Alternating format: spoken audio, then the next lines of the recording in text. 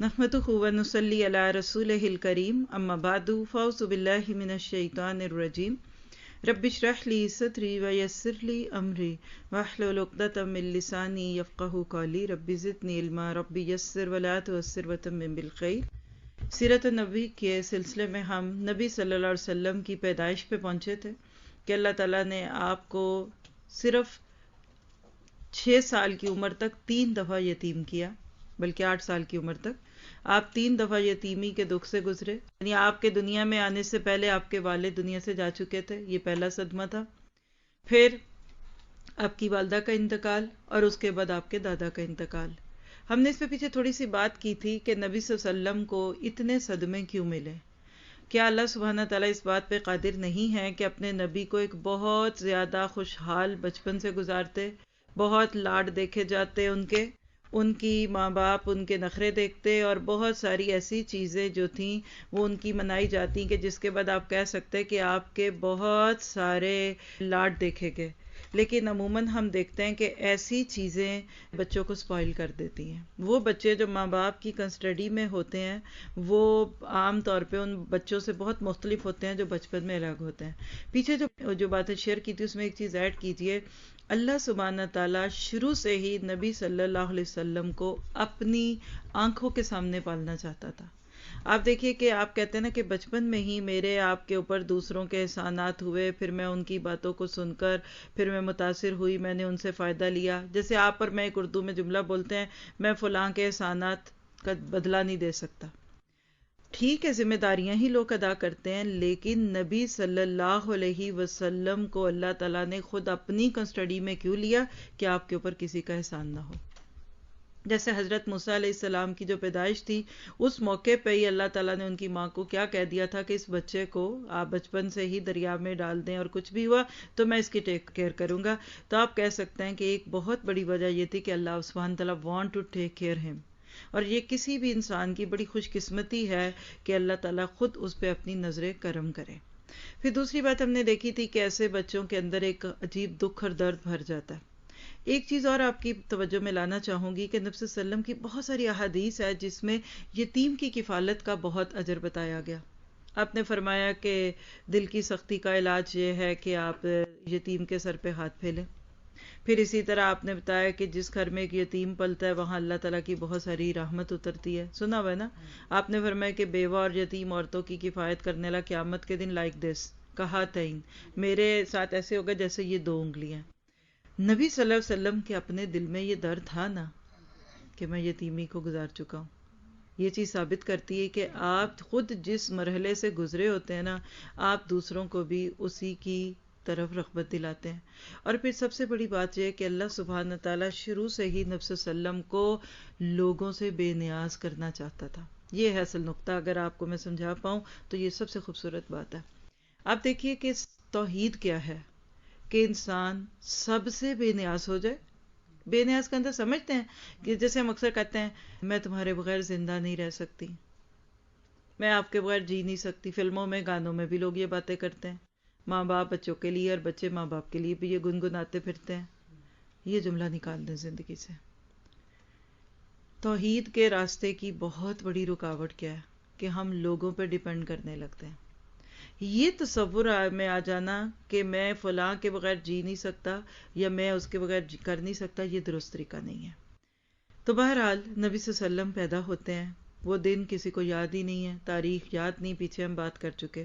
اب نبی صلی اللہ علیہ وسلم کے بچپن کے صرف 2-3 واقعات ہمیں ملتے ہیں، اور میں یہاں آپ کو ایک چھوٹا سا سائڈ نوٹ بھی دے دوں کہ یہ جو باتیں میں آپ سے شیئر کر رہی ہوں نا اس میں موسٹ آف دا تھنگس ہم وہ لے رہے ہیں جو سیرت ابن ہشام سے اور سیرت ابن اسحاق سے۔ یہ سب سے موسٹ ارلیسٹ ایرا تھا جب نبی صلی اللہ علیہ وسلم دنیا سے گئے۔ آج اب دیکھیے کہ سیرت پہ آپ کو پتا ہے پوری دنیا میں سب سے زیادہ کتابیں لکھی گئی ہیں پچھلے چند سالوں کے۔ کسی ربیع الاول کے لیکچر میں نے ایک فگر نوٹ کرایا تھا کہ آج پوری دنیا میں Muslim and non Muslim all together انہوں نے ریسرچ کی کس پرسنالٹی کے اوپر سب سے زیادہ بکس لکھی گئیں، تو یہ نان مسلمز کی ریسرچ کہتی ہے کہ محمد صلی اللہ علیہ وسلم کے اوپر سب سے زیادہ کتابیں لکھی گئیں۔ اور بعض لوگ اس بات پہ نبی صلی اللہ علیہ وسلم سے حسد محسوس کرتے ہیں کہ آخر اتنی کتابیں آپ پہ کیوں لکھی گئی. اور جب یاد نہیں ہے لیکن اس لیکچر میں نے کہیں سے پڑھ کے سنایا ہوگا کہ اتنی بکس آپ کے اوپر چھوٹی بڑی کر کے شاید ہزاروں میں آپ پہ بکس لکھی گئیں. انگلش، اردو، نارویجن، چھوٹی بڑی بکلٹ ملائیں تو ہزاروں کتابیں بنتی ہیں جو آپ پہ لکھی گئیں. اب آپ دیکھیے، میں آپ کو اپنے اوپر لے کے سوچتی ہوں کہ آج سے پچھلی 6 ماہ کی باتیں آج مجھے زیادہ یاد ہوں گی یا آج سے 6 سال پچھلی باتیں مجھے زیادہ یاد ہوں گی؟ 6 ماہ پرانی یاد ہوں گی نا. آج میں آپ ادھر موجود ہیں، جو آج کل شہر میں ہو رہا ہے 2 ماہ پہلے کیا ہوا، 1 ماہ ہوا، یہ ہمیں یاد ہوگا نا. آج سے کچھ 6 سال بعد کوئی آج کے دور کے واقعات کسی سے پوچھے تو کچھ صحیح بھی ہوں گے، کچھ غلط ہوں گے. بس یہ معیار سمجھ لیں. سیرت پڑھنے کے لیے اور سیرت کے واقعات کو لینے کے لیے جو نبی صلی اللہ علیہ وسلم کے دور کے بہت قریب کے لوگ ہیں نا، ان کی بات سب سے زیادہ اوتھینٹک ہوگی. اور 2 کتابیں، سیرت ابن ہشام اور سیرت ابن اسحاق، یہ 2 وہ کتابیں یہ نبی صلی اللہ علیہ وسلم کی ایون وفات سے تقریباً کوئی 200-250 سال بعد ہی شروع ہو گئی. یعنی بہت قریب کا ٹائم تھا، بلکہ اس سے بھی قریب ہوگا، کچھ 250، کچھ مجھے اس وقت فگر یاد نہیں ہے. اس میں سے پھر ایکسٹریکٹ کر کے، اس میں سے اخذ کر کے بہت ساری کتابیں آگے لکھی گئیں. آج کے دور کی کوئی کتاب آپ سیرت پہ پڑھیں، آپ دیکھیں گے 90% اس کتاب میں یہ 2 ریفرنس ہوں گے. ایون جب بک کو کھولیں گے تو آپ کو اپنی اس بک میں بھی بہت سارے ریفرنسز اس میں دکھیں گے. اب جو واقعات نبی صلی اللہ علیہ وسلم کے ہیں، ایک تو آپ کو میں نے سنا دیا کہ آپ کے چچا نے آپ کے چہرے کی تعریف کی تھی کہ اس بچے کے چہرے کی وجہ سے ہمیں بارش ملتی ہے. محبت کی بات تھی، ان کا قصیدہ سنایا. ایک اور واقعہ آپ کو تاریخ سیرت کی یا ہسٹری کی بہت ساری بکس میں ملے گا، جس کو بحیرہ راہب کا واقعہ کہتے ہیں. کیا واقعہ تھا؟ میں اس کا تھوڑا سا سناؤں گی اس لیے ضرور کیونکہ یہ آپ کو ہر کتاب میں ملے گا، لیکن اس کی ریسرچ کے اوپر لے کر چلیں تو اس میں کچھ ڈاؤٹس ہیں. کچھ لوگوں نے کہا کہ ٹھیک ہے، اٹس اے واقعہ، از اے انسیڈنٹ، پیش کر دیں، کوئی حرج کی بات نہیں ہے. لیکن بعض لوگ جو بہت زیادہ ڈیٹس اور ٹائمنگز اور کرونیکل ایرا کو دیکھتے ہیں وہ کہتے ہیں نہیں، اس میں بہت سارے ڈاؤٹس ہیں. واقعہ کیا ہے کہ آپ کی عمر مبارک تقریباً 12 سال کے قریب تھی، یا 12 سال 2 مہینے اور 10 دن تھے. تو ابو طالب کے پاس تھے آپ، کیونکہ آپ کے دادا بھی جا چکے تھے، تو اب آپ اپنے چچا کی کنسٹڈی میں تھے. ابو طالب آپ کو اپنے ساتھ لے کر تجارت کے لیے ملک شام چلے گئے، جیسے لوگ جاتے ہیں، اور بصرہ پہنچ گئے جو سیریا کا سٹی تھا اس وقت کا. بصرہ شام کا ایک مقام ہے، اور حران جگہ ایک ہے، اس کا مرکزی شہر ہے. اس وقت یہ جزیرۃ العرب رومی قبضے میں تھا، یعنی کرسچینز کی گورنمنٹ تھی اس میں. ٹھیک ہے. اس شہر میں ایک راہب تھا جس کا نام تھا جرجیس. جرجیس نام کا ایک راہب تھا، لقب اس کا بحیرہ تھا. باہر ہوتا ہے نا بحیرہ، تو یا ڈال دیجئے اندر، بحیرہ راہب تھا. کہتے ہیں کہ جب یہ تجارتی قافلہ نکلا اور وہاں اس جگہ پہ جہاں یہ راہب تھا، وہاں انہوں نے ایک سٹاپ اوور لیا، پڑاؤ ڈالا. یہ راہب اپنے گرجے سے باہر نکل کر قافلے کے اندر آیا اور ان کی خوب مہمان نوازی کرنے لگا، ہاسپٹیلٹی. کہتے ہیں کہ نہ کبھی آج تک یہ باہر نکلا تھا. اور آپ نے سنا ہی ہوا نا کہ راہب جو ہوتے ہیں، مونکس جن کو آپ کہتے ہیں موسٹلی، یہ اپنے حال میں مگن ہوتے ہیں، ان کو کسی کے آنے کی خوشی نہیں، کسی کے جانے کا غم نہیں. یہ جب نکلا تو وہ قافلے والوں کی خاطر کر رہے اور بہت کچھ کر رہا ہے. لوگوں کے لیے یہ بہت بات عجیب تھی. لوگوں نے پوچھا اس سے کہ بھئی یہ آپ سب کچھ کیا کر رہے ہو؟ کہنے لگا کہ آپ کے اس قافلے میں ایک ایسا بچہ ہے کہ جس میں وہ خوبیاں ہیں جس کا تورات اور انجیل میں ذکر ہے. اور ساتھ ہی ساتھ اس نے کچھ انیوژل باتیں کر کے کہا. کہتے ہیں کہ آپ کا ہاتھ پکڑا اور کہا کہ آپ سید العالمین ہیں، اللہ ان کو رحمت للعالمین بنا کر بھیجے گا. اب ابو طالب کے لیے یہ باتیں بڑی انیوژل تھیں. کہنے لگے آپ کو یہ کیسے پتا چلا؟ بچہ ہمارے ساتھ ہے، آپ اس کو کیسے پہچانتے ہیں؟ تو کہتا ہے کہ جب تم اس گھاٹی میں آئے تھے نا، تو میں نے دیکھا کہ کوئی درخت اور پتھر ایسا نہیں ہے جو جھک نہ گیا ہو. یعنی یہ بات ہے، جیسی بات ہے ویسی میں آپ کو سنا رہی ہوں. اور اس نے کہا کہ یہ چیزیں کسی انسان کو سجدہ نہیں کرتی، اللہ کے حکم سے یہ کسی نبی کی شان میں، جیسے آپ کہہ لیجئے وہ جس کو آپ سورۃ یوسف میں بھی پڑھتے ہیں نا، سجدہ تعظیمی، یا جیسے آپ کہیں کہ آدم علیہ السلام کے آگے سجدہ کروایا تھا فرشتوں کو، عبادت کا نہیں، عظمت کی وجہ سے جھکنا مراد ہے. تو وہ کہتے ہیں ایک بات تو یہ ہے، اور دوسرا یہ کہ کیا میں اس بچے کے پیچھے دیکھ سکتا ہوں؟ انہوں نے کہا دیکھ لو. تو وہاں مہر نبوت تھی جس کا ذکر پیچھے کیا گیا، بالوں کا ایک گچھا سا تھا. کہنے لگا میں آپ کو ان کے مہر نبوت کی وجہ سے پہچانتا ہوں، جو کندھے کے نیچے یہ جو نرم سی ہڈی ہوتی ہے نا، یہ کرکری سی ہوتی ہے، اس کے پاس سیب کی طرح کی تھی، اور کہتا ہے یہ ساری خوبیاں ہم نے اپنی کتابوں میں پڑھی ہیں۔ اب یہ سب سن کے ایک طرف تو ظاہر ہے کہ حیرت تھی، ایکسائٹمنٹ تھا، لیکن ابو طالب نے کیا کہا؟ کہنے لگے کہ اس بچے میں یہ ساری باتیں، بحیرہ راہب نے کہا کہ میں آپ کو ایک مشورہ دوں، اس بچے کو ملک شام نہ لے کر جاؤ، کیونکہ وہاں جیوز رہتے ہیں اور ان کو بھی میری طرح اپنی کتابوں میں سے ان باتوں کا پتہ ہے، اگر ان میں سے کسی کو یہ پتہ چل گیا کہ یہ وہی بچہ ہے جس کا وہ انتظار کر رہے ہیں تو وہ اس کو واپس مکہ نہیں جانے دیں گے، تو میرا مشورہ یہ ہے کہ آپ ان کو واپس لے جائیے۔ یہ روایت جو میں آپ کو بیان کر رہی ہوں نا، یہ ترمذی کی ایک روایت میں ہے، اور اس میں تھوڑا سا اضافہ کیا ہے کہ ابو طالب ڈر گئے، کیونکہ ویسے ہی وہ بچہ ہاتھوں کا چالا بنا ہوا ہے، ماں نہیں، باپ نہیں، دادا نہیں رہا، چچا کے لیے تو وہ بہت عزیز تھے، تو انہوں نے ان کو ابو بکر اور بلال کے ساتھ واپس بھیج دیا۔ اب حدیث کی کتاب میں دیکھیے بلال اور ابو بکر کا نام ہے، اب یہ ایک روایت ہے۔ اب اگر ہم اتنی ہی بات لیں تو بہت ساری، ایون رحیق و مختوم میں یہ بات موجود ہے، میں نے خود پڑھائی ہے، تجلیات نبوت میں اس کا ذکر ہے، ہر تقریباً اردو کی جو کتاب ہے اس میں آپ کو اس کا ذکر ملتا ہے۔ لیکن اس کے اوپر جو بات کے وہ محدثین جنہوں نے احادیث پہ بحث کی، دیکھیے دو گروہ ہیں، بات لمبی ہو جاتی ہے لیکن میں کہتی ہوں شاید اسی سے آپ کے دل میں علم کا شوق بڑھتا جائے۔ کچھ لوگ ہوتے ہیں مفسر قرآن، وہ کون ہوتے ہیں؟ جو قرآن کے اوپر ریسرچ کرتے ہیں۔ کچھ ہوتے ہیں محدثین، وہ کون ہوتے ہیں؟ جو حدیثوں پہ بحث کرتے ہیں، حدیثوں کو لیتے ہیں، شارح ہوتے ہیں، شرح لکھتے ہیں، یعنی جس طرح قرآن کی تفسیر ہوتی ہے نا، تو حدیث کی شرح ہوتی ہے، ٹھیک ہے؟ اسی طرح کچھ لوگ جو ہوتے ہیں وہ مورخین ہوتے ہیں۔ مورخین کو انگلش میں بولوں گی تو سب کو سمجھ آ جائے گا انشاءاللہ، ہسٹورین۔ وہ کون ہوتے ہیں؟ جو ہسٹری لکھتے ہیں۔ سیرہ پڑھنے میں موسٹ آف دی تھنگز جو یہ ہسٹورینز کی ہیں، لیکن یہ جو واقعہ میں نے آپ کو بیان کیا یہ محدثین نے بھی اپنی حدیثوں میں بھی آتے ہیں، تو حدیث والے زیادہ کریٹیکلی چیزوں کو انیلیسائز کرتے ہیں بنسبت مورخین کے، بات واضح؟ تو جب یہ بات ترمذی میں آ گئی اور اس کے اندر بحث ہوئی تو پھر اس میں تو بہت بڑے بڑے ہمارے پاس محدثین ہیں جنہوں نے ضعیف اور غریب اور صحیح احادیث کو الگ کر دیا، وہ کہتے ہیں اس حدیث میں بہت سارے شبہ ہیں، یہ قابل قبول نہیں ہے۔ کیسے قبول نہیں ہے؟ سب سے پہلی سمپل سی بات ہے، وہ کہتا ہے کہ اس حدیث میں ابو بکر اور بلال کا ذکر ہے، اور یہ کہا گیا کہ پھر اللہ کے نبی کو ابو بکر کے ساتھ واپس بھیج دیا ابو طالب نے، تو ابو بکر صدیق خود کتنے تھے اس وقت؟ نبی صلی اللہ علیہ وسلم سے 2 سال چھوٹے تھے، خود چھوٹے تھے، تو ایک بچے کو دوسرے بچے کے ساتھ بھیجنے کی کوئی بات سمجھ نہیں آتی۔ دوسری بات ہے بلال کے ساتھ بھیجا، تو بلال تو اس وقت تک پیدا بھی نہیں ہوئے تھے۔ اس وجہ سے وہ کہتے ہیں کہ اگر آپ کرونیکلی یعنی ٹائم زون سے دیکھیں تو یہ بات قابل قبول نہیں۔ پھر اس پہ محدثین اور کہتے ہیں اچھا چلو ایسا کرتے ہیں کہ ہم اس میں سے یہ آخری حصہ نہیں مانتے لیکن پہلا حصہ مانتے ہیں، تو ایک ہی حدیث کا کچھ حصہ مانے کچھ نہ مانے تو بات نہیں بنتی۔ تو میں نے یہ ساری بات آپ کو اس لیے پیش کی کہ اگر یہ واقعہ کہیں بھی ہم کوٹ کریں تو ساتھ یہ بھی بتائیں کہ اس کے اندر بہت سارے پرابلمز ہیں، لیکن مجھے آپ کو اس سے زیادہ فرق کوئی نہیں پڑتا۔ ہمارا ایمان ہے کہ اللہ کے نبی جو تھے وہ تھے۔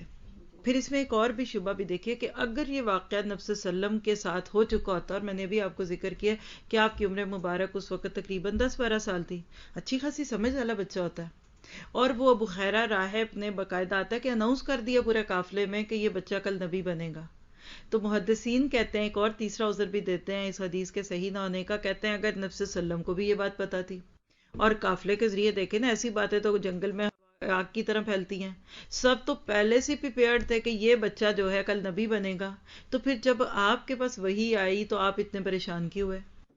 جا کے حضرت خدیجہ سے کیوں کہا زملونی انی خشیت و نفسی، مجھے اپنی جان کا ڈر ہے، مجھے نہیں پتا میرے ساتھ کیا ہوا؟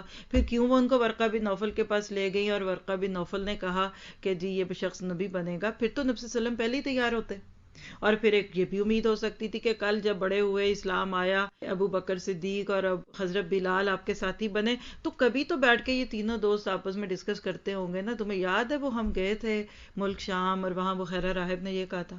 ایسی تو کوئی چیز ہی نہیں ملتی، تو لہٰذا ایسی باتوں کو ذکر کی حد تک کیا جا سکتا ہے لیکن اس سے زیادہ بات نہیں کی جاتی۔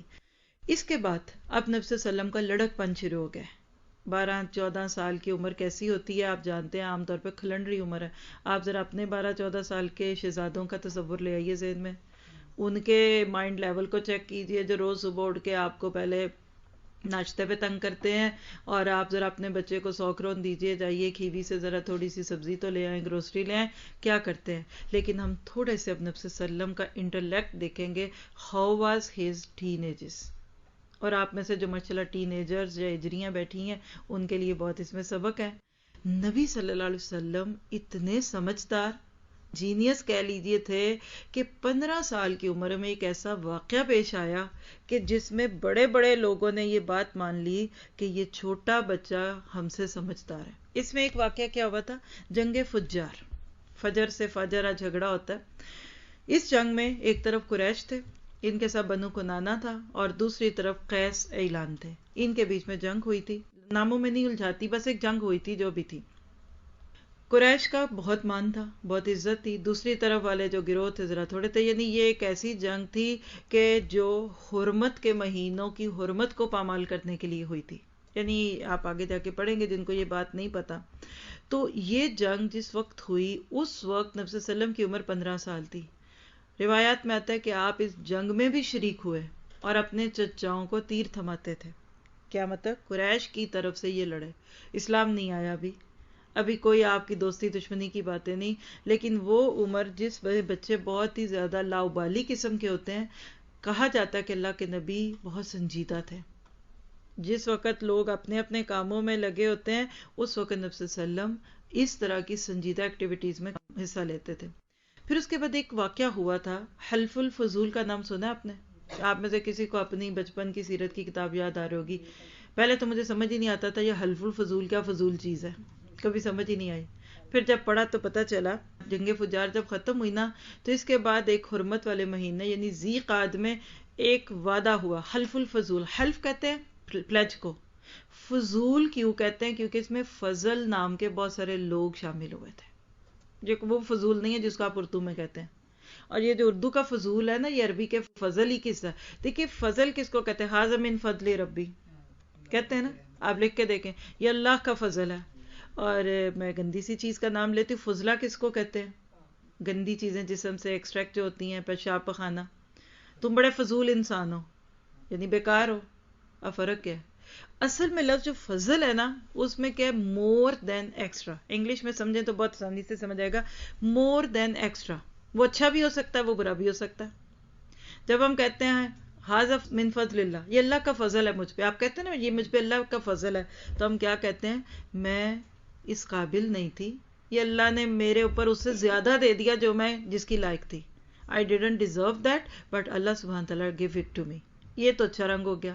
تو جب ہم کہتے ہیں جسم سے فضلہ نکلا، تو وہ جسم سے وہ سب چیزیں جس کی ضرورت نہیں تھی گندے چیزوں میں نکل گئی.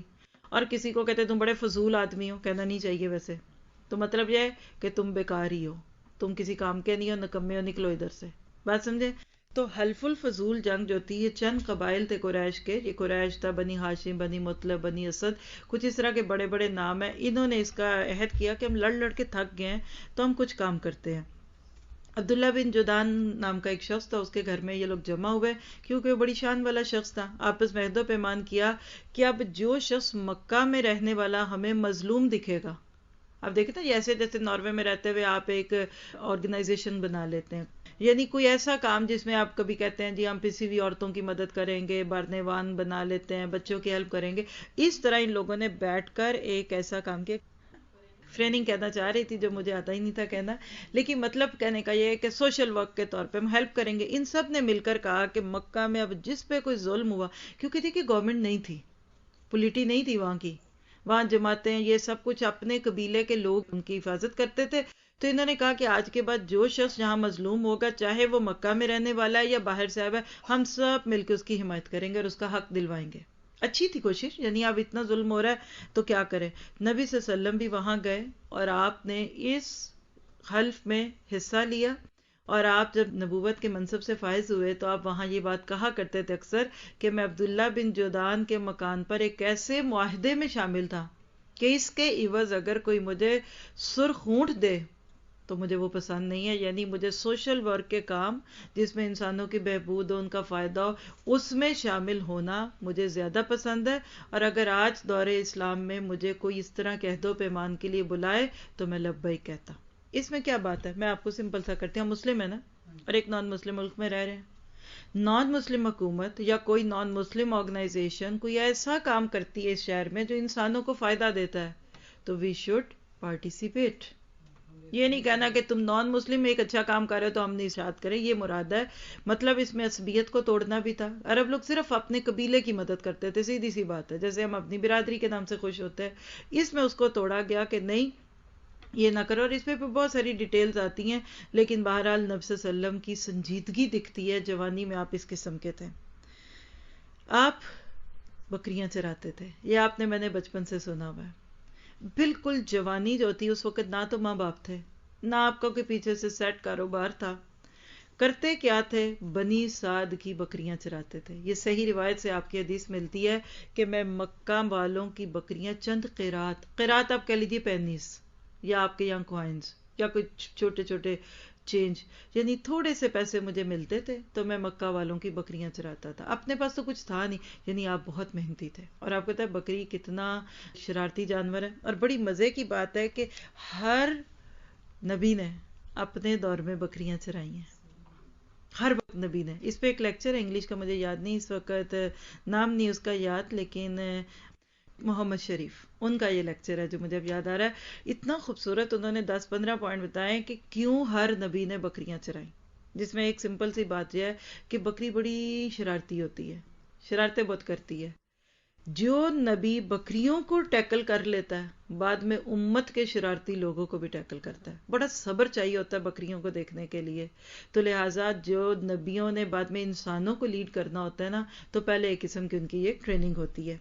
نبی صلی اللہ علیہ وسلم بکریاں چراتے تھے. آپ کی عمر مبارک 25 سال کے قریب ہو گئی. اب آپ کے پاس خود تو مال نہیں تھا. مکہ میں ایک عورت تھی جن کا نام حضرت خدیجہ رضی اللہ تعالیٰ عنہا تھا. بہت خوبصورت حسین عورت تھی. ان پہ الگ سے بعد میں بھی انشاءاللہ کسی موقع پہ کریں گے. بیوہ ہو گئی. ان کا کاروبار کرنے والا کوئی تھا نہیں ہے.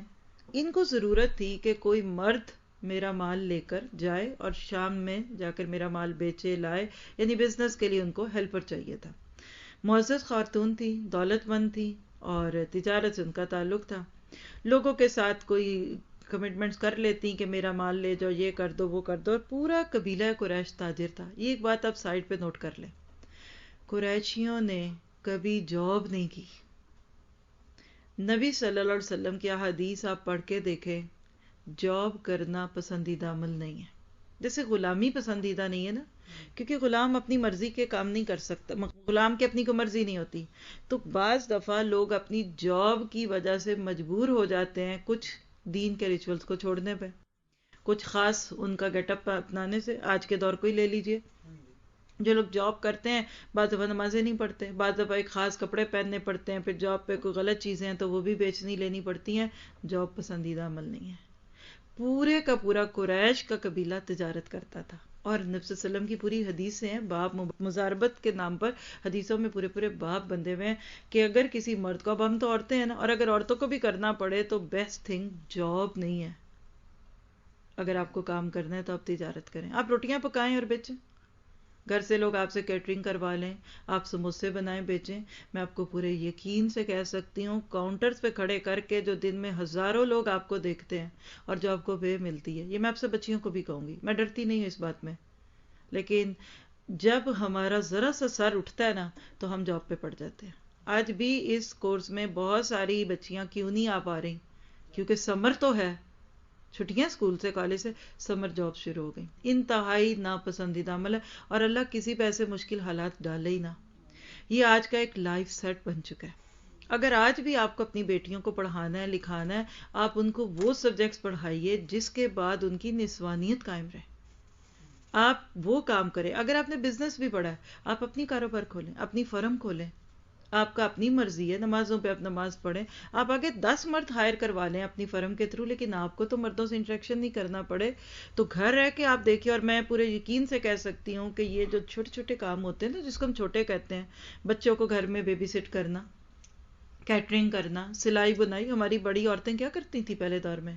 چرخہ کاتنا اور کپڑے سینے. آج بھی یقین کریں پاکستان جائیں آپ گرمیوں میں، آپ کو درزنوں کے پاس اتنا رش ملے گا کہ ان کے پاس وقت نہیں ہے، وہ روتی ہیں بجلی نہیں ہے، یہ نہیں ہے. اور میں نے خود اپنی آنکھوں سے ایک ایک درجن کو، ایک ایک سسٹر کو 20 25 30 ہزار روپے کا بل پے کرتے دیکھا.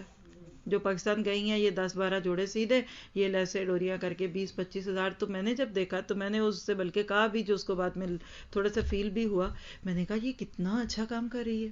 میں نے انہیں کہا کہ آپ کے تو ماشاءاللہ مہینے کے بہت پیسے بنتے ہوں گے. اور ایک ہفتے میں یہ سب ہوا تھا جو میری آنکھوں کے سامنے ہوا.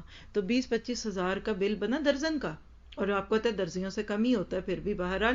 تو میں نے حساب لگایا کہ 20 25 تو ایک ہفتے کے ہیں، تو یہ ہر ہفتے میں اگر اتنے ہی کپڑے سیتے ہیں تو 1 لاکھ روپیہ اس کا ایک مہینے کا بنتا ہے. خرچہ کیا آتا ہوگا؟ اور اس میں وہ ڈوری بھی اب لگاتی ہیں تو اس کے بھی پیسے چارج کرتی ہیں، نلکی کے بھی پیسے لیتی ہیں، وہ شمیز لگاتی ہیں اس کے بھی لیتی ہیں. اس کی محنت ہے اور بڑی اچھی بات ہے. آج تک اس کی بچی کو نہیں کسی نے دیکھا. جو وہ ماں آتی ہے گھروں میں کپڑے لے، ہمارے اپنے گھروں میں آتی ہے کپڑے لے جاتی ہے، ہم جو کہہ دیں کر دے گی، اور جا کے نہ اس کی بچی کو ہم نے دیکھا ہے نہ اس نے دیکھا ہے، لیکن بالکل ویسے بنا کے لے آتی ہے، خود خریدتی سجاتی کرتی کراتی وہ لے کے آ جاتی ہے. یہ کپڑا سوٹ میں نے پہنا، یہ بھی اسی کے ہاتھ کا سلا ہوا ہے. کچھ نہیں ہوتا. آپ نے کہاں درزیوں کے منہ کھانا ہے؟ 1 لاکھ روپے کے وہ کپڑے اگر ایک مہینے میں سیلے، اس میں کچھ نہ کچھ ہو تو 80 ہزار روپے تو ایک درجن کی بیٹی کما رہی ہے نا. 20 ہزار کی بجلی لگ گئی، پانی لگ گیا، کچھ بھی لگ گیا اور محنت لگی، کیا بری بات ہے؟ بہت اچھی بات ہے. کون ہے پاکستان میں آپ کی ماسٹر کی ہوئی بچی کہ جس کو 1 لاکھ روپے پہ مل جائے شروع میں؟ کوئی بھی نہیں ہے. اور یہ ایک مشینیں میں نے ایسے ایسے لوگوں کو دیکھا ہے ماشاءاللہ، جب سینا پرونا آتا ہے تو وہ 4 بچیوں کو ہائر کر کے ایک ہی جگہ 4 مشینیں گھر میں لیتی ہیں. ادھر سے کپڑے لیے، جہاں 1 لاکھ کے سی رہی تھی وہاں 4 لاکھ کے سی رہے ہیں. یہ میری باتوں کو جانے نہ دیں. میرے آپ کے مستقبل، ہمارے اپنے بچیاں بچے جس سیٹ اپ پہ اس وقت چل پڑے ہیں، میں تو اس کو افورڈ نہیں کر سکتی. تو آپ بچیاں بھی اپنے لیے سوچیں. اس ملک میں بھی کمانے کے بہت طریقے ہیں. امریکہ میں گھر گھر میں عورتیں کیٹرنگ کرتی ہیں، روٹیاں بنا کے، فریش بریڈز بنا کے، روٹی جو چپاتی ہے بیچتے ہیں، سموسے بناتے ہیں، فروزن چیزیں لوگ ان سے رول لیتے ہیں. ہمارے اپنی مسجدوں میں، ہمارے وہاں اسکول میں جب کام ہوتا ہے، بہت کم ہوٹلوں میں سے کھانا آتا ہے، گھروں میں کیٹرنگ ہے. اور اتنا ٹیسٹی، اتنا لذیذ کھانا. ہم نے اپنے ہاتھ سے $1000 ان کو بل دیا ہوا ہے جب 500 600 لوگوں کا کھانا پکواتے ہیں. سستا بھی، صاف بھی اور مزے کا. تو عورت یا تو گھر بیٹھ کے بچے پال سکتی ہے، کھانے پکا سکتی ہے، یا عورت وہ کام کرے جس میں وہ عورت لگے. جب آپ ایک عورت کو ایک کاؤنٹر پہ شو پیس بنا کے کھڑا کر دیتے ہیں، پہلے تو وہ سجے سمرے گی. ایک بچی نے کہا میں نے جاب شروع کی ہے. میں نے کہا کیا کام کرتی ہیں؟ کہتی میں میک اپ بیچوں گی. تو فوراً مجھے سمجھ آ گئی کہ میک اپ بیچے گی تو یہ کسی مال میں کھڑی ہوگی. تو جب مال میں کھڑی ہوگی تو پہلے یہ بھی ماڈل بنے گی. تو وہاں جب کھڑے، اور پھر میں نے وہ جو ڈیوٹی فری شاپس میں گزرتے آتے ہیں ان کی ادائیں دیکھی ہوئی ہیں. پلیز کام، کبھی کسی کو پرفیوم لگاتی ہیں، کبھی مائل کرتی ہیں نا، ان کی پوری ٹریننگ ہوتی ہے مارکیٹنگ. تو میں نے اسے کہا کہ تمہیں اتنے لوگ روز دیکھیں گے؟ میں نے پوچھا کہ صرف عورتیں آتی؟ کہتی نہیں، مرد بھی آتے ہیں. میں نے کہا مرد کیا آتے؟ کہتے وہ اپنی جو ان کی ہوتی ہوں گی سسٹرز، عورتیں، بہنیں، ان کے لیے تحفے خریدنے آتے ہیں. اب آپ بتائیں، آپ کی بیٹی ایک کاؤنٹر پہ کھڑی ہو کے دن میں 50 غیر مردوں کی نظروں کو لبھائی، اینڈ پہ کیا 1000 کرون ملتا ہوگا ایک دن میں؟ یہ کتنا ملتا ہے؟ کسی نے جاب کی ہے یا ایک دن کی؟ اب یہ سائیڈ ایشو ہے، لیکن یاد رکھیں سیرت میں سے آپ کو مجھے نقطے مل رہے ہیں. کام کرنا ہے تو کام کریں، جاب نہیں کریں. اپنے مردوں کے لیے بھی یہ رکھیں. آپ کی 10 باتوں کے جواب میں آپ کے بیٹے، آپ کے شوہر بھی آپ کو یہی کہتے ہوں گے پھر جاب چھوڑ دوں، پھر میں کیا نوکری چھوڑ دوں؟ نہیں، آپ اپنا کام کریں. ڈاکٹر ہیں، آپ اپنا آفس بنا لیں اگر آپ کی ڈاکٹری آپ کے اس رستے میں یا کچھ بھی ہے. لیکن بہرحال یہ کہ نبی صلی اللہ علیہ وسلم تاجر تھے. حضرت خدیجہ رضی اللہ تعالیٰ عنہ خود عورت تھی، خود آگے نہیں بڑھتی تھی. مال جو تھا، پیسہ آپ کے پاس، انویسٹ کیجئے، گھر بیٹھے کرے. یہ تو نہیں کہ عورتوں کو بیکار ہونا ہے. آپ کو پتہ ہے کہ میں ایسی سسٹرز کو امریکہ میں جانتی ہوں. اب امریکہ میں ایک ٹرینڈ شروع ہو گیا اور یہ دن بدن اتنا بڑھے گا، دیکھے گا کہ لوگ ورک فرام ہوم کرتے ہیں. جب سے یہ کرنسی کا فلکچویشن ہوا نا، کمپنیاں بند ہو گئی، وہ آفیسز کے خرچے نہیں برداشت کر سکتی، بڑی بڑی بلڈنگیں ختم ہوئی، لوگوں کو ہائر کرتے ہیں گھر سے بیٹھ کے. آپ اپنے اس کمپیوٹر پہ کام کر رہے ہیں، چاہے آپ امریکہ میں بیٹھے ہیوسٹن میں، آپ انڈیا لے جاتے ہیں اپنا کمپیوٹر، ان کو کام سے کام ہے. ہر چیز تو کمپیوٹرائزڈ ہے، ایک شیٹ ادھر ڈالتے ہیں وہ سب کو مل جاتی ہے. تو ورک فرام ہوم ہزاروں لڑکیاں، عورتیں، مرد بلکہ گھروں کے، میں عورتوں کو سنا ہے وہ کہتی ہیں اب گھر سے کام کرتے ہیں تو اور بھی ہمارے اوپر نظر رکھتے ہیں. پہلے تو چلے جاتے تھے، اب مرد گھر میں ہی آفس بنا کے بیٹھے. تو جب عورت کو اس بات کا احساس ہوتا ہے نا کہ مجھے کوئی دیکھے نا، اور پھر آپ دیکھیے جو عورت باہر نکلتی ہے نا، کچھ تو بنتی ہے. مانیے نہ مانیے، اس وقت ہم عورتوں میں آئے ہوئے، کیا ہم نہا دھو کر نہیں آئے؟ کیا منہ اٹھا کر آ گئے؟ گھر میں ہوتے تو مجھے نہیں امید کہ آپ میں سے آدھوں نے بھی کنگھی بھی کی ہوتی. گھر والے پریشان ہوئے ہوتے اس کو کیا ہو گیا، آپ اپنے آپ کو ذرا سیدھا تو کر لیا کرے ناشتہ دینے سے پہلے. میاں اسی لیے نہیں آنکھ کھولتے کہ بیگم ذرا آپ کنگھی کر کے پھر مجھے اٹھائے ناشتے کے لیے. گھر میں تو ہم ماشاءاللہ جو بھی بنے پھرے، باہر آتے تو اچھے لگتے ہیں نا. تو اب ایک عورت جب جاب پہ گئی تو اس کے کچھ اور بھی گٹ اپ ہوں گے. ہم تو آئے عورتوں میں عورتوں کی طرح، اب بیچ میں اگر مردوں میں بھی جانا پڑے اور ان کا کوئی خاص رنگ روپ ہے تو اپنانا پڑتا ہے. کیا آپ اپنی بیٹیوں کے لیے اور آپ اپنے لیے یہ پسند کر سکتے ہیں؟ اسلام نے ہر چیز کا حل دیا ہے، مان لیجیے. مت کہیے کہ اسلام ہمیں بھوکا مارے گا، اسلام آپ کو یہ کرے گا. اور جب ہم اپنے اوپر قرضوں کے بوجھ لاتے ہیں، جب عورت اور مرد میں فرق ہی نہیں، لڑکے لڑکی میں فرق نہیں. پہلے لوگ کہتے تھے لڑکا اپنے پاؤں پہ کھڑا ہوگا تو شادی ہوگی. اب میں نے سنا ہے کہ لڑکی اپنے پاؤں پہ کھڑی ہوگی تو شادی ہوگی. پہلے گھر لیں گی، پھر اس کا قرضہ دیں گی، پھر کسی جگہ شادی کریں گے، پھر لڑکے کو بلائیں گی، پھر کئی 2-4 سال کی غلط فہمیوں کے بعد اگر گھر بس گیا تو بس گیا. یہ بالکل آؤٹ آف فطرہ باتیں ہیں. یہ آپ کو کڑوی لگ رہی ہیں، مجھے پتہ ہے بچیوں کو تو زہر لگ رہی ہوں گی یہ باتیں، لیکن اس میں آپ لوگوں کا سیکیورڈ فیوچر ہے. نبی صلی اللہ علیہ وسلم کی سیرت پڑھ کے صرف ہنسنا بولنا خوش ہونا نہیں، یہ بہت آسان تھا. لیکن میں نے اس سال نیت کی ہے کہ میں نے آپ کو اس میں نہیں الجھانا. ترتیب سے پڑھنا ہے، تجلیات نبوت موجود ہے، آپ پڑھیں، بیسٹ ہے. ہم سارے کورسز میں پڑھاتے ہیں، انشاءاللہ آپ کو بھی پڑھائیں گے آگے جا کے کہیں. لیکن اس وقت میں اور آپ گائیڈ لائن لے رہے ہیں. وہ محسن انسانیت ہے، ان کا یہ احسان تھا کہ انہوں نے انسانیت کو کاروبار کرنا تک سکھا دیا. اور آپ کو پتا ہے کہ نبی صلی اللہ علیہ وسلم کی تجارت کے جو مین انگریڈینٹس تھے، جو آپ کے بنیادی چیزیں تھیں، نمبر 1 راست گوئی. یہ آپ سوال بنائیں کل کی شیٹ میں تاکہ آپ کو مجھے زبانی یاد ہو جائے اور اپنے مردوں کو بھی ہم بتا سکیں کہ آپ اگر تاجر ہیں یا آپ بزنس کرتے ہیں تو آپ کے پاس کیا ہونا چاہیے. نمبر 1 آپ سچ بولتے تھے، راست گو تھے. دوسری بات، امانت دار تھے. ایک تاجر یا ایک بزنس مین اگر اپنا ٹرسٹ کھو دیتا ہے نا تو اس کا بزنس ڈوب جاتا ہے. تیسری چیز، آپ کا اخلاق مکمل تھا، مکارم اخلاق پہ تھے. کس طرح سے؟ آپ دیکھیے ان 3 چیزوں کو ڈسکس کرتے ہیں پھر آگے چلتے ہیں. مثلا اگر دیکھیے سچ نہ بولے تاجر، آپ کو چیز جھوٹ کر کے بیچ دے، کیا اگلی دفعہ آپ اس کی دکان پہ جائیں گے؟ اکنامکس کی یا مارکیٹنگ کی لینگویج میں کہتے ہیں کہ آپ کے پاس روز کتنے کسٹمر آتے ہیں. مثال ہے، آپ کا ایک سٹور ہے، یہ کھیوی ہے، آپ کھیوی پہ بیٹھے ہیں، کاؤنٹر پہ کام کر رہے ہیں، کوئی آپ سے پوچھتا ہے ڈیلی کتنے کسٹمر ادھر سے گزرتے ہیں، وہ آپ کو کہتے ہیں 500. مارکیٹنگ میں کہتے ہیں یہ 500 لوگ آپ کے کسٹمر نہیں ہیں. اب اگلے سوال کا جواب دیں کہ آپ کے پاس ریپیٹڈ کسٹمر کتنے ہیں، یعنی کون ہے جو ہر ہفتے آتا ہے یا ہفتے میں 2 دفعہ بھی آتا ہے. کہتے ہیں اصل آپ کے کسٹمر وہ ہیں جو بار بار آپ کے پاس آتے ہیں. پہلی دفعہ تو کوئی بھی سائن پڑھ کے آ گیا، چلو دیکھیں اندر کیا، اگلی دفعہ جائے گا نہیں، کہے گا توبہ کرو میں نے کیوں جانا ہے. سچ بولنا بندے کے پاس دوسروں کو دوبارہ لاتا ہے، اور نبی صلی اللہ علیہ وسلم میں یہ بات بہت زیادہ تھی. دوسری آپ کی خوبی کیا تھی کہ آپ امانت دار تھے. حضرت خدیجہ رضی اللہ تعالیٰ عنہ نے جب آپ کو اپنا مال دیا نا تو ساتھ ایک غلام جس کا نام تھا میسرہ، یسر لفظ ہے نا، اسی سے میسرہ، آسانی کرنے والا نام کہ اس کو بھی بھیج دیا. اور کہنے لگیں کہ آپ جائیے اور میرا مال بیچ کے آئیے، جو کچھ میں دوسرے تاجروں کو دیتی ہوں نا میں آپ کو اس سے ڈبل دوں گی.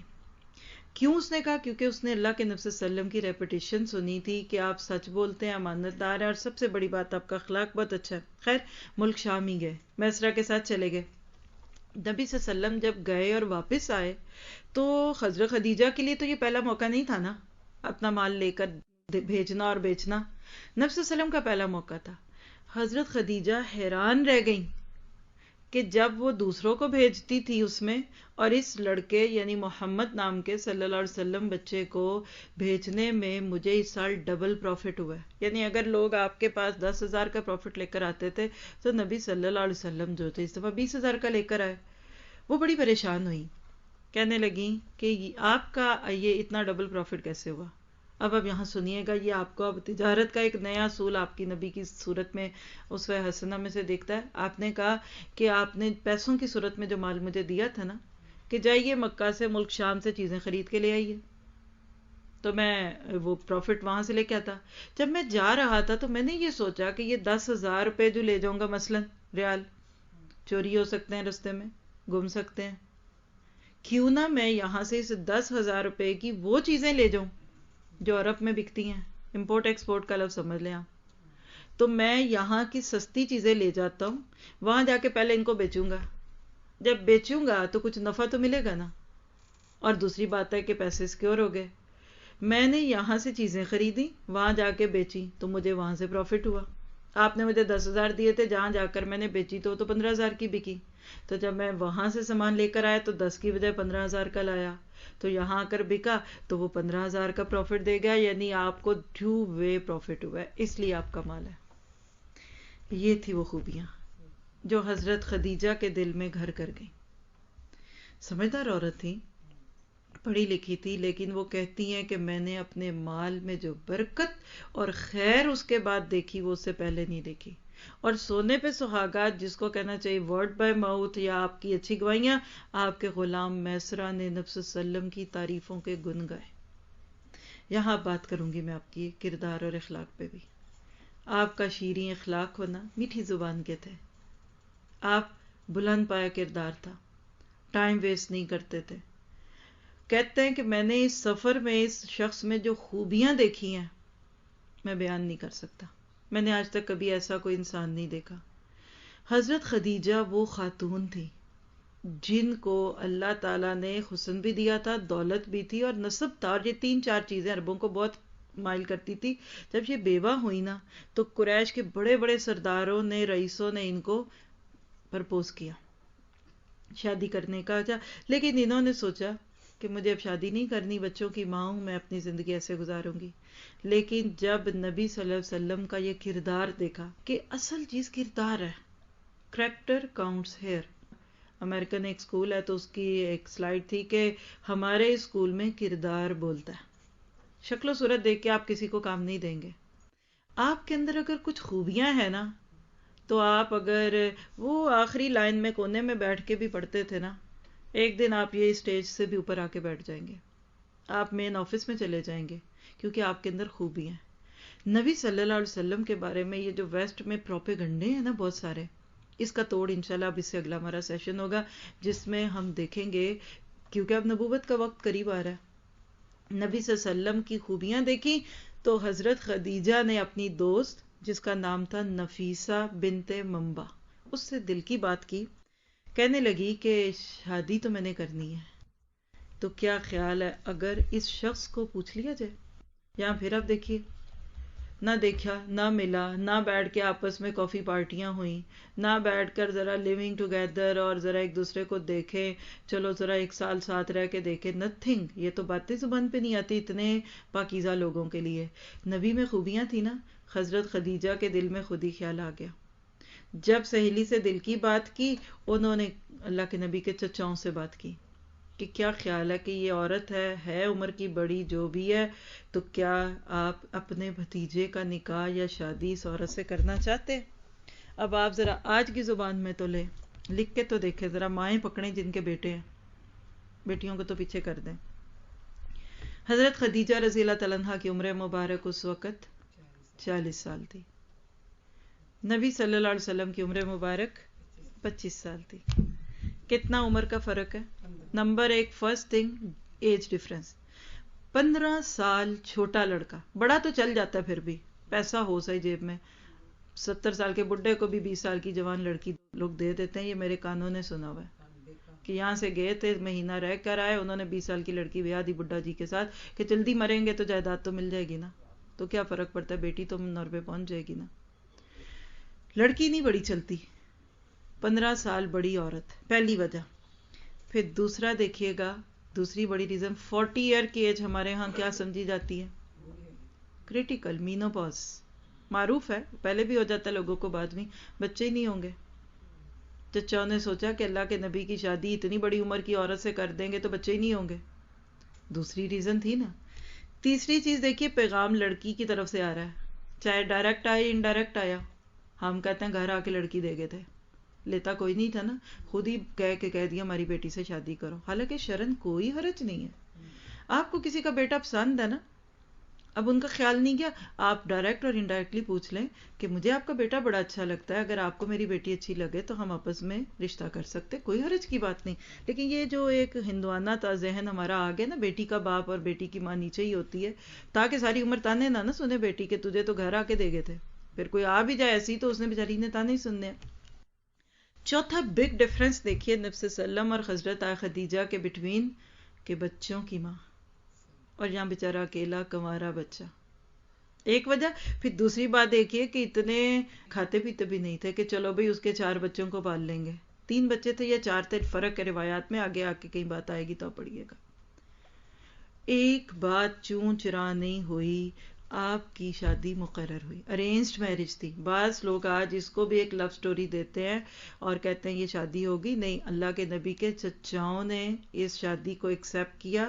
نکاح میں بنی ہاشم اور جو بڑے بڑے سردار تھے مصر قبیلے کے وہ سب شامل ہوئے تھے، اور ملک شام سے واپسی کے تقریباً 2 مہینے کے بعد یہ شادی ہو گئی.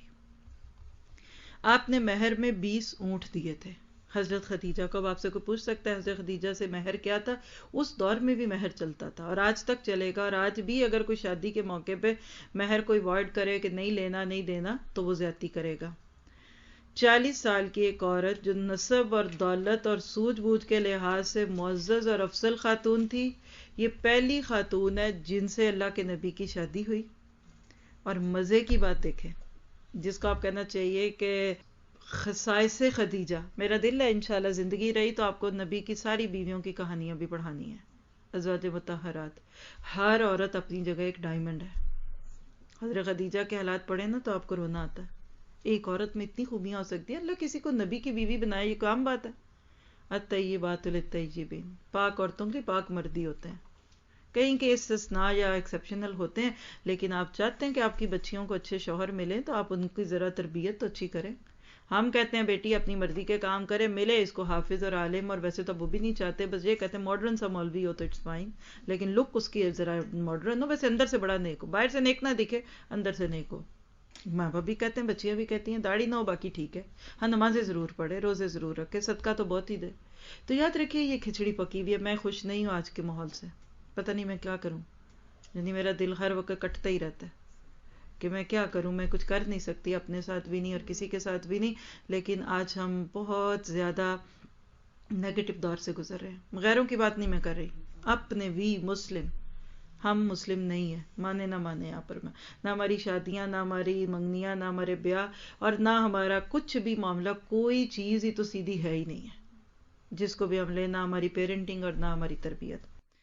لیکن نبی صلی اللہ علیہ وسلم کا نکاح ہوا، اور سب سے بڑی بات خدیجہ کی کہ ان کی زندگی میں نبی صلی اللہ علیہ وسلم نے کوئی دوسری شادی نہیں کی.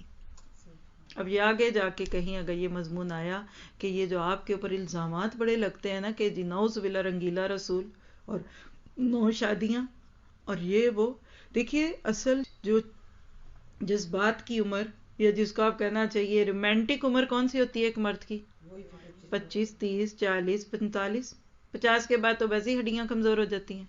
اب آپ مجھے بتائیے، ایک مرد 25 سال کی جوانی میں 40 سال عورت، اور عورت 40 سال میں بوڑھی ہونی شروع ہو جاتی ہے، ہو نہ ہو لیکن ہو جاتی ہے. ایک ایسی عورت کے ساتھ جو پہلے سے بچوں والی، اور بچوں کے ہونے سے اور نہ ہونے سے بھی عورت کے جسم پہ فرق پڑتا ہے. کہتے ہیں بچے نہ ہوں تو عورت ہمیشہ ہی لڑکی رہتی ہے کیونکہ اس کا جسم اس حساب سے، بچوں کے ساتھ جسم میں کمزوریاں آ جاتی ہیں، جو بھی ہوتا ہے. لیکن نبی نے ایک عورت کے ساتھ زندگی گزاری. اور کب حضرت خدیجہ دنیا سے جاتی ہیں؟ سن 9 نبوی میں. 10 یا 9 کا بٹوین اینڈ، چلے 10 لگا لے.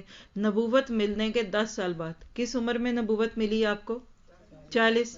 10 اوپر لگائیں، 25 سے لے کے 50 سال کی عمر میں ایک مرد ایک بوڑھی عورت کے ساتھ زندگی گزارتا. اور بہت کم لوگوں کو پتا ہے کہ نبی صلی اللہ علیہ وسلم کی باقی جتنی شادیاں نا یہ 50 سے 55 5 سال کے اندر ساری ہوئی ہیں. اور ہر شادی کے پیچھے حکمت ہے، جہاں آئیں گی باتیں سیرت میں آپ کو ذکر کروں گی ضرور. اس پہ لیکچر بھی موجود ہے، سورہ احزاب کی آیتوں کی تفسیر میں بھی ذکر ہوا ہے. لیکن یہاں یہ سمجھ لیجئے کہ ایک عورت کی زندگی میں دوسری عورت نہیں آئی.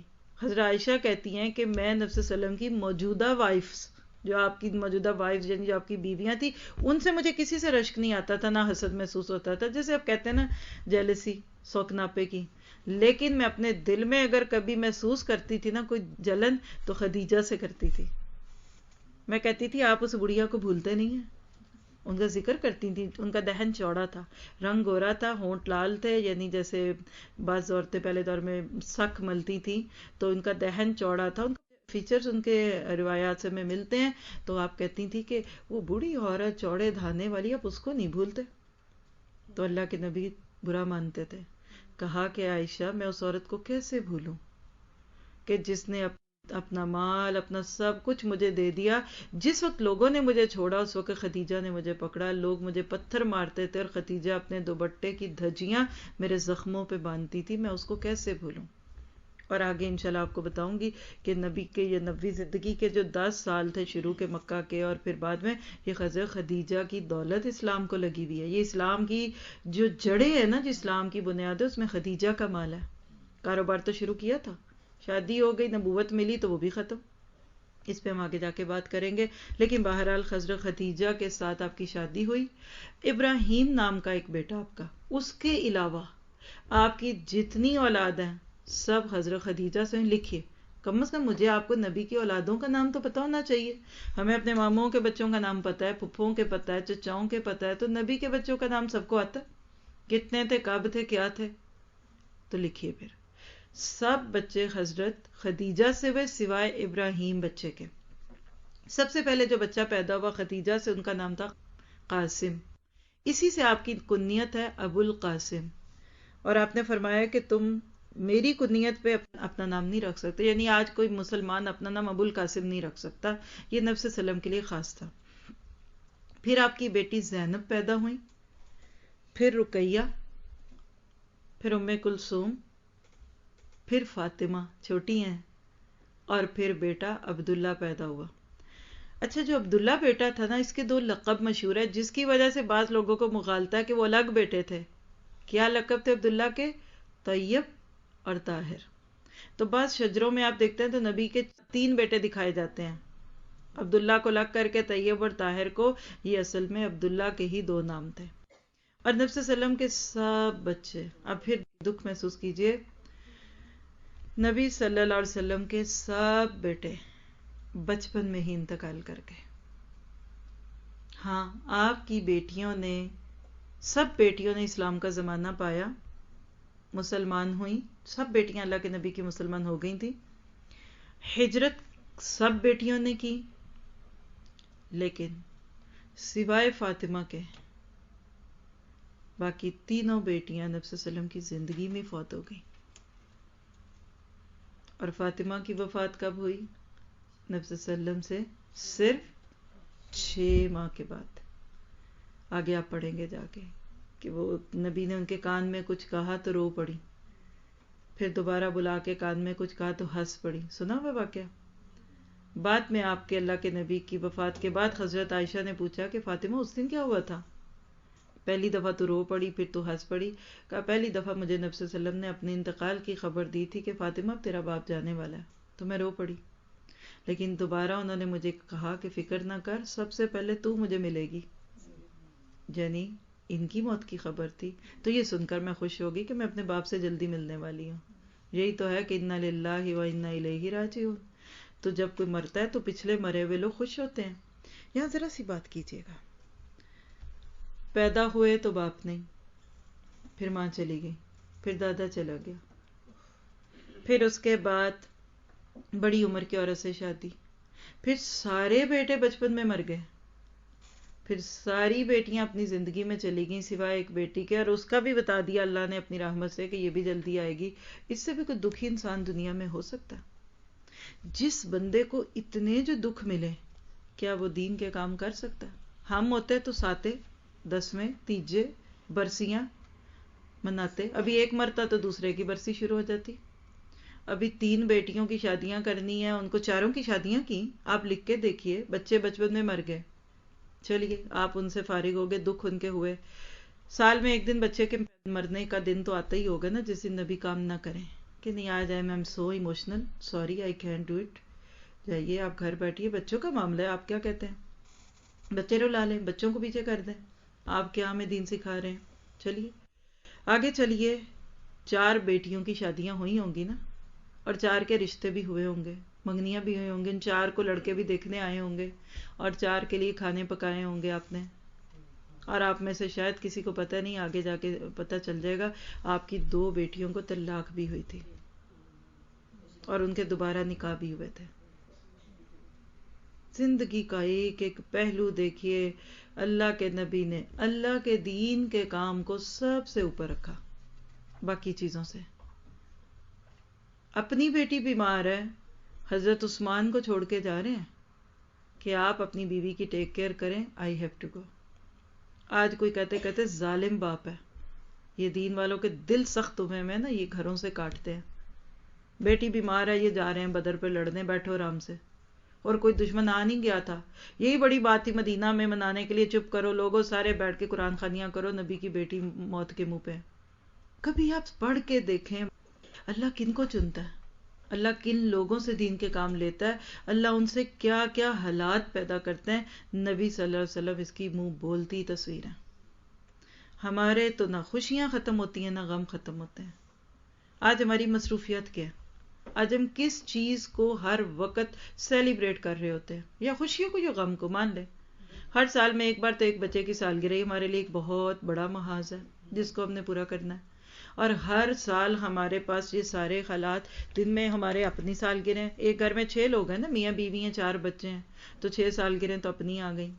پھر بہنوں کے بچے، بہنیں، 15-20 خاندان کے قریبی لوگوں کی. آپ کے پاس تو اتنی تو چھٹیاں آپ کو کام سے اس لیے چاہیے. یہ بات نہیں آج امت نے سمجھی. سیرت بڑے لوگوں نے پڑھی پڑھائی، لیکن یہ نہیں دیکھا کہ نبی زندگی کیسی گزارتے تھے. اور آپ نے زندگی گزار کے دکھائی، حق ادا کر دیا. کبھی آپ نے سوچا کہ ہم اتنے مجبور کیوں کر دیے جاتے ہیں؟ میں آپ کو ایک چھوٹی سی مثال دے کے اس سیشن کو پورا کرتی ہوں. ہم سب جب اپنے ناپ کے کپڑے پہنتے ہیں تو ہم ریلیکس فیل کرتے ہیں. اپنا جوڑا لون کا ہی کیوں نہ ہو، کمفرٹیبل لگتا ہے. کسی کا آپ کو کیم خواب کا کام سے بھرا ہوا جوڑا بھی کوئی آفر کر دے تو خوشی ہو، اچھا لگے اور بات ہے، لیکن کچھ نہ کچھ سائز میں گڑبڑ لگے گی نا. اور اگر بالفرض آپ کو چھوٹا کپڑا پہننا پڑے تو سانس گھٹے گا نا. بس یہ بات ہے. آپ میں جب نبی صلی اللہ علیہ وسلم کے نقشے قدم پہ چلتے ہیں نا، لقد کان لکم فی رسول اللہ اسوۃ حسنہ، تو ہم اپنے ناپ کے کپڑے پہنتے ہیں. میرا آپ کا گیٹ اپ، میری آپ کی زندگی، خوشی غم نبی کے کپڑوں میں، نبی کے طور طریقے میں ڈھلے گی. We are so comfortable, we are enjoying our life. ہم مزہ کر رہے ہیں، ہم دوسروں کے لیے نہیں جی رہے، ہم اپنے لیے جی رہے ہیں. ہمارا گھر ہمارے لیے، ہم اپنی مرضی سے کھاتے ہیں، ہم اپنی مرضی سے جاتے ہیں. لیکن جب ہم نبی کے طریقوں کو چھوڑ کر وقت، معاشرے، دنیا کے حالات ہیں نا، تو بس وہ کہہ لیں کبھی کوئی اپنے ناپ کے کپڑے ہمیں پہناتا ہے تو ہمارا سانس گھٹ جاتا ہے، کہیں سے ہمارا کندھا کھینچ رہا ہوتا ہے، کبھی ہمارا حلق چلتا ہے، کبھی سے ہمارا پیٹ دبتا ہے. ہم کیا کریں؟ یہ مسئلہ اس وقت امت مسلمہ کا. Back to the basic. یہ جتنی باتیں آج میں نے پڑھائی ہیں آپ کو، اس میں سے آپ میں اپنے لیے عمل لیں. ابھی بھی ہم زندہ الحمدللہ. ابھی ہماری اتنی عمریں نہیں آئیں، بلکہ میں آپ کو ایک خوشی کی بات بتاؤں کہ ابھی ہم میں سے بہت ساروں کی وہ عمر ہی نہیں ہوئی ہوگی جب نبی بنے تھے. آپ میں سے آدھی بچیاں تو 40 سے کم ہی ہے نا. تو بھی آپ نے تو اپنا کیریئر شروع کرنا ہے. کیا بڑی بات ہے. نبی صلی اللہ علیہ وسلم کی ذات سے جو ہمیں آپ کو اس وقت انسپائریشن مل رہی ہے، اس کا اثر آپ کو مجھے اپنی زندگی کے فیصلوں پہ لینا ہے. What I want for myself in future. اللہ تعالیٰ مجھے آپ کو عمل کی توفیق عطا فرمائے. سبحانک اللہم و بحمدک، اشہد ان لا الہ الا انت، استغفرک و اتوب الیک. السلام علیکم و رحمۃ اللہ وبرکاتہ.